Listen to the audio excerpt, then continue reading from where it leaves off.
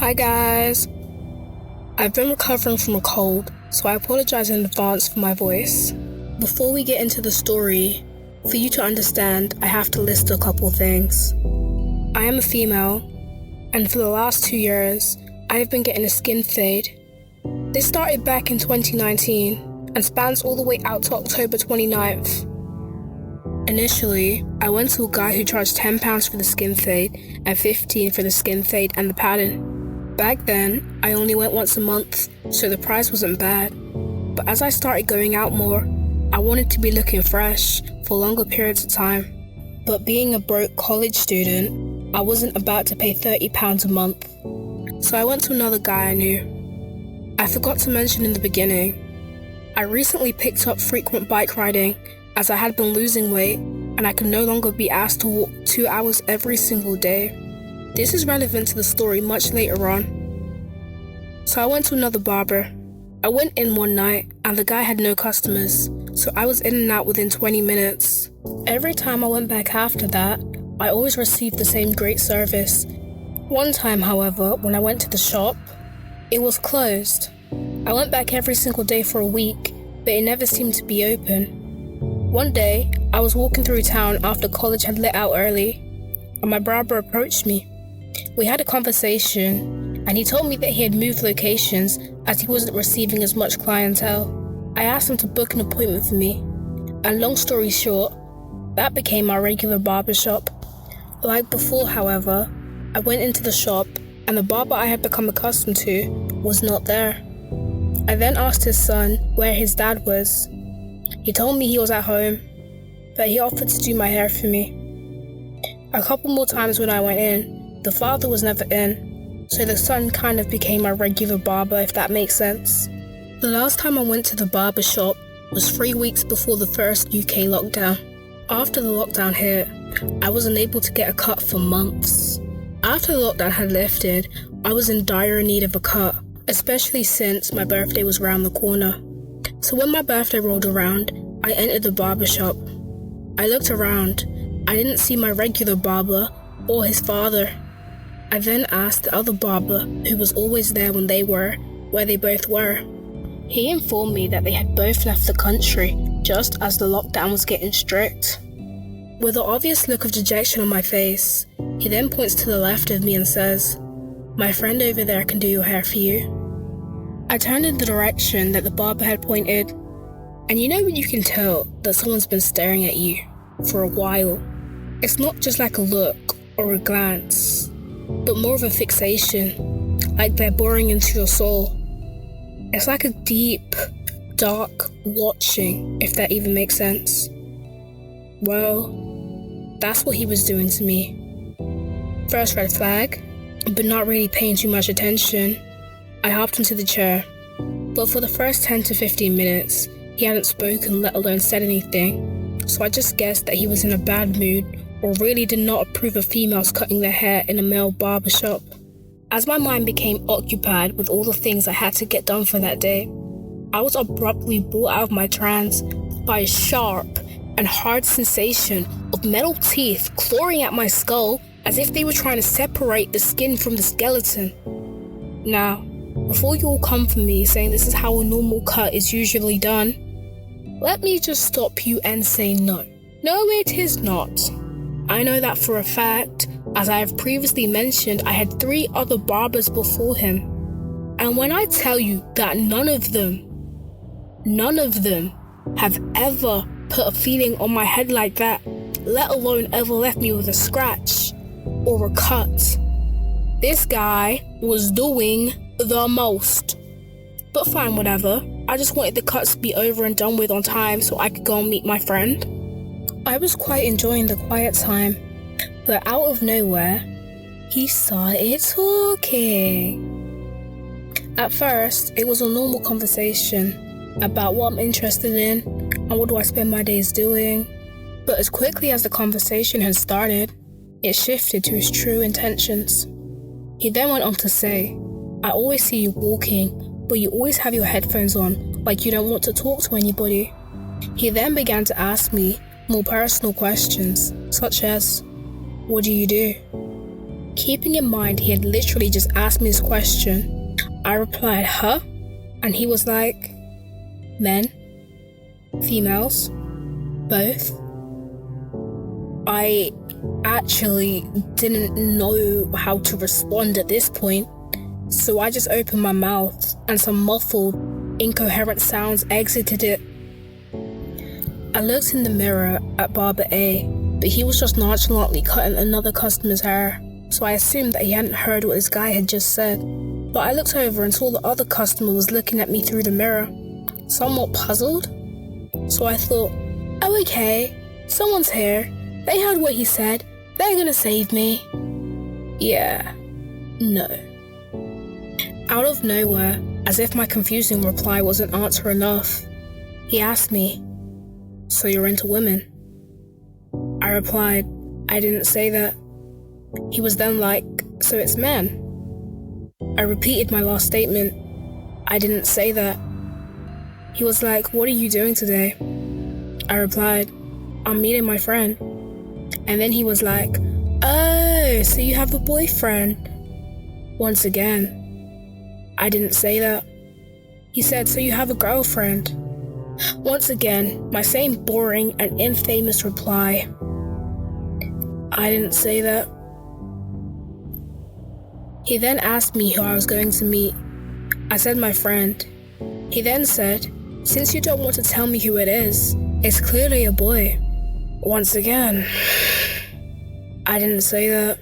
Ignoring my cold response, he then asked me, does he pleasure you like a beautiful woman like you deserves? What the actual? If not, I live in X if you ever want to come by and feel the pleasures of a woman's body. I then changed my response to, I'm too young for you. He then asked me for my age. I told him 17. He then replies, how long have you been 17? I said today. He was like, oh, birthday girl, come back to mine and I'll give you a real big girl treat. I was like, I don't do that type of stuff and I'm way too young to be doing it either.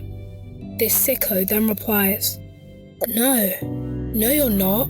You're not too young. You've been ready since you were 12 years old and you're just saying that you don't want to do it because you did it before and it was bad. But don't worry, if you come by my house, it won't be bad and I'll take measures to make sure you're protected. Thinking on my feet, I then changed my tactic and pulled the oldest card in the book and said, I don't think my dad and my brothers would like that very much. He was then like, you can sneak out.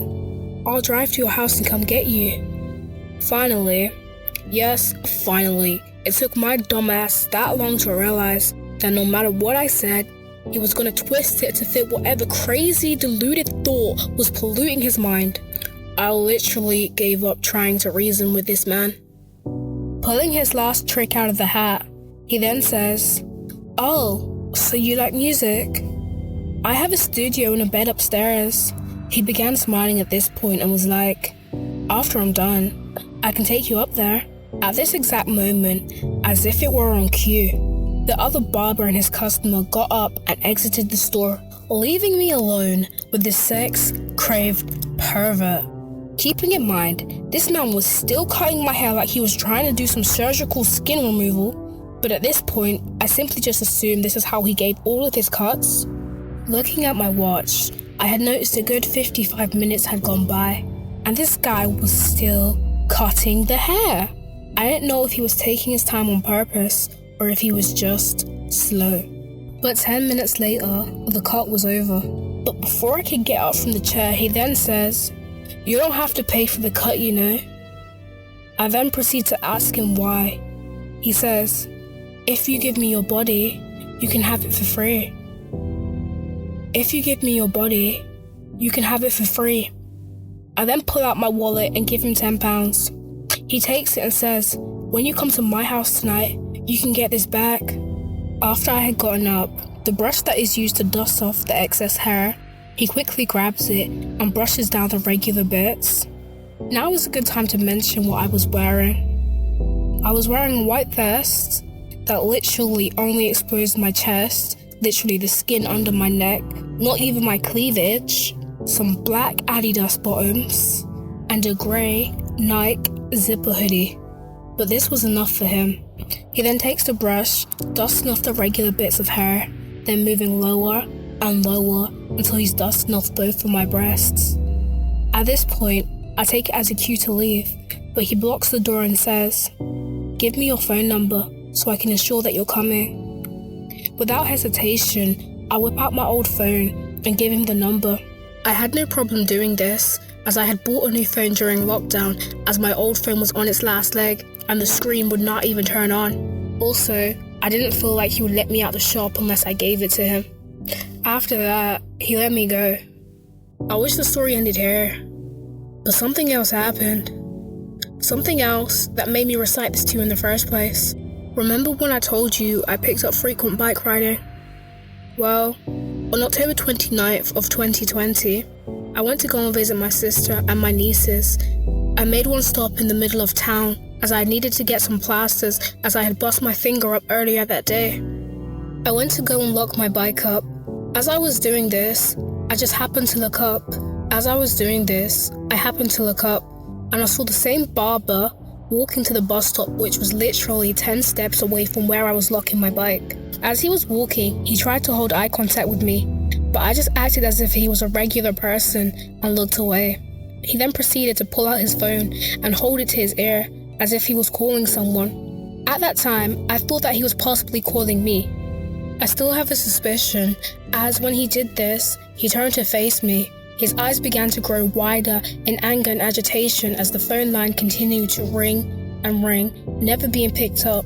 I know this because I never saw his mouth moving to indicate that he was speaking with someone on the other end of the line. As this man continued to stare me down like an angry, deranged psychopath, I realized I have no time for this nonsense, and I just left and went into the store. I was gone no more than 5 minutes, but when I returned and started unlocking my bike, all the pedestrians around the area turned to stare at me. They had slightly concerned looks on their faces, but no one ever said anything. As town had all of a sudden become so busy, I decided I was going to walk to my sister's house. When I arrived, I brought the bike inside, and after hours of pumpkin carving, I left. On my way home, when I hopped on the bike outside of our house, the steering became increasingly difficult. I changed the gears, but that didn't do anything to help. I hopped off the bike and felt the tires, as there was no other logical explanation. The front tire, with no exaggeration at all, was flatter than a pancake, which had me completely dumbfounded considering I had literally just pumped the tire up less than a week ago, and that was my second time going on it.